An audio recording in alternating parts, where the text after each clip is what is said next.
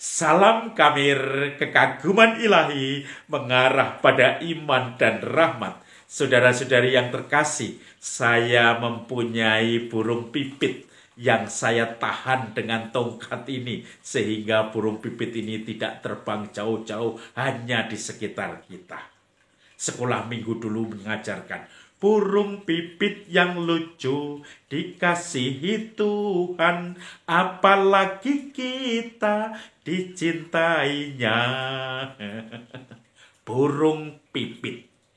Tetapi di sisi lain, burung pipit ini kalau jumlahnya banyak menjadi hama bagi petani-petani padi.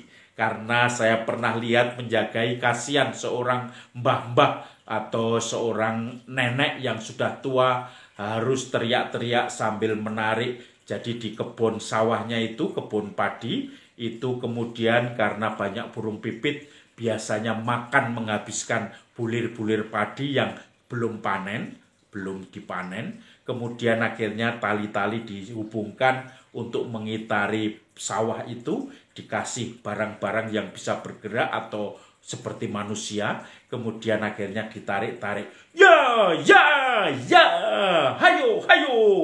Semuanya burung terbang semua. Itu cara mengusir burung pipit sebagai hama. Maka saya kadang merasa kasihan petani-petani tua, sudah tua, untungnya tidak seberapa, harga berasnya atau padinya juga murah, tetapi kemudian kerja kerasnya itu belum, pupuknya belum, membayar orang untuk mempersiapkannya, dan akhirnya sekarang ketika harga beras mulai naik sudah impor lagi sehingga tidak jadi menguntungkan para petani. Saudara-saudari yang terkasih, itu burung pipit yang bisa menjadi hama.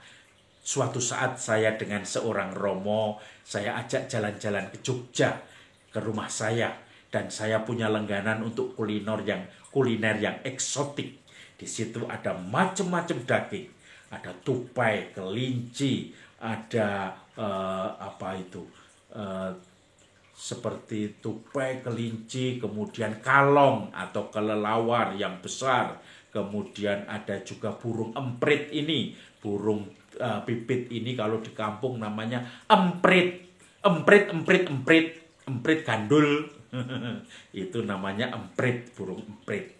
Dan itu atau burung pipit. Juga ada ular, macam-macam. Saya sudah memilih menu saya. Rupanya teman saya Romo tadi tidak cocok dengan menu saya. Dia coba-coba makan burung pipit tadi.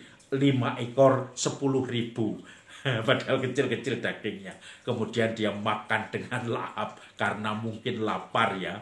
Dan kemudian akhirnya dia cerita, waduh, hari ini baru pertama kali saya makan burung pipit yang sering dinyanyikan anak-anak Bina Iman atau Bina Iman di parokinya. Saudara-saudari yang terkasih, rupanya kita juga diingatkan bahwa burung pipit itu sebagai simbol oleh Yesus dalam perumpamaan-perumpamaan. Kalau dia harganya murah, 10.000 dapat 5, atau dalam Injil 5 ekor hanya harganya 2 duit, dan itu pun dijaga oleh Tuhan.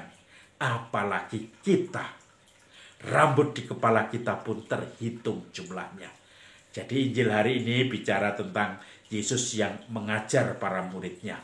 Ketika orang berkerumun banyak, Yesus mengajar khususnya untuk murid-muridnya. Waspadalah terhadap ragi orang Farisi. Kamu semuanya akan diungkapkan. Kalau kamu dulu diungkapkan di dalam gelap, akan diungkapkan di dalam terang. Kalau dulu dikatakan dengan berbisik, akan diungkapkan dengan keras-keras. Dan ketika disampaikan dengan sembunyi-sembunyi, nanti juga akan disampaikan dari atap-atap rumah. Tidak ada hal yang tersembunyi di hadapan Tuhan. Maka jangan kamu takuti orang yang hanya bisa membunuh badan, tetapi setelah itu tidak bisa buat apa-apa. Takutilah mereka atau dia yang bisa membunuh badan dan setelah itu melempar kamu ke neraka. Maka saudara-saudari yang terkasih, Yesus melanjutkan lagi. Lihatlah burung pipit di udara. Dia hanya dijual 5 ekor 2 duit. Tetapi selalu dijaga Tuhan.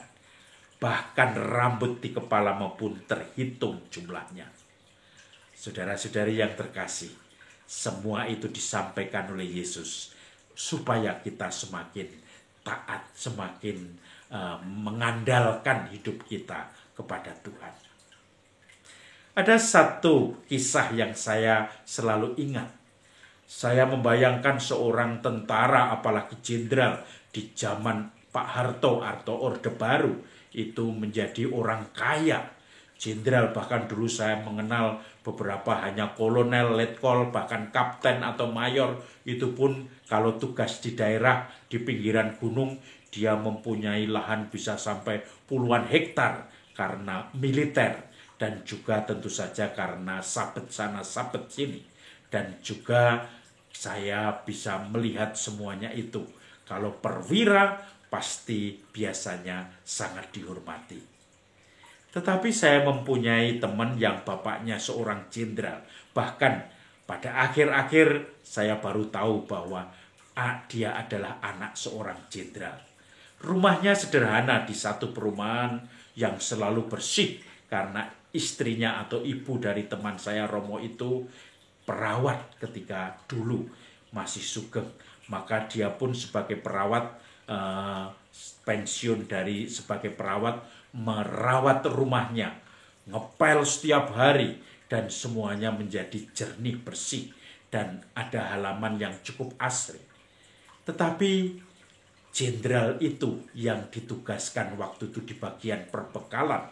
Kita sudah berpikir kalau perbekalan itu pasti belanja banyak dan pasti akan mendapatkan banyak masukan-masukan ekstra. Tetapi ternyata dia tidak mau menggunakan itu. Sampai wafatnya, rumah hanya satu. Kebetulan putranya 2, yang satu jadi Romo, rumah itu dipakai untuk anak yang satu lagi. Dan ini menjadikan kekaguman bagi saya.